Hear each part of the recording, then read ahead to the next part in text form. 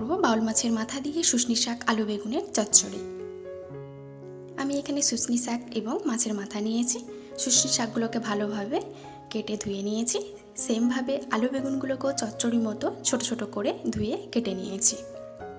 এরপর একটা কড়াইতে দেব 4 চামচ মতো সরষের তেল, দেব 2টো শুকনো লঙ্কা এবং আগে থেকে কেটে রাখা একটা পেঁয়াজের কুচি।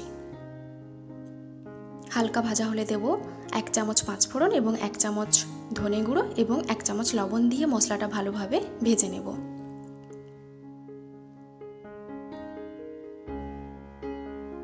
মশলাটা ভাজা হলে দেব 4টে রসুনের কোয়া এবং আগে থেকে কেটে রাখা বেগুন ও আলু দিয়ে ভালোভাবে ভেজে নেব।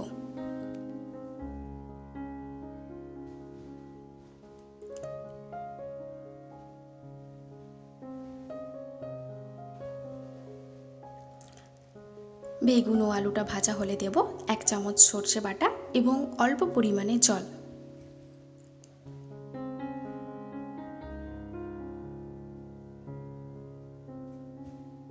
আলুটা হালকা সেদ্ধ হয়ে এসেছে, এবার দিয়ে দেব কেটে রাখা শুশনি শাক।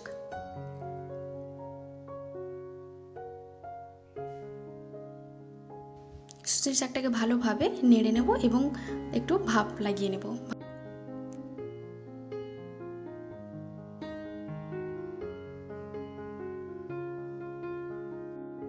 এরপরে চচ্চড়িটা হয়ে এলে মাছের মাথাটাকে টুকরো টুকরো করে ভালোভাবে চচ্চড়ির সঙ্গে মিক্সড করে নেব 5 থেকে 7 মিনিট।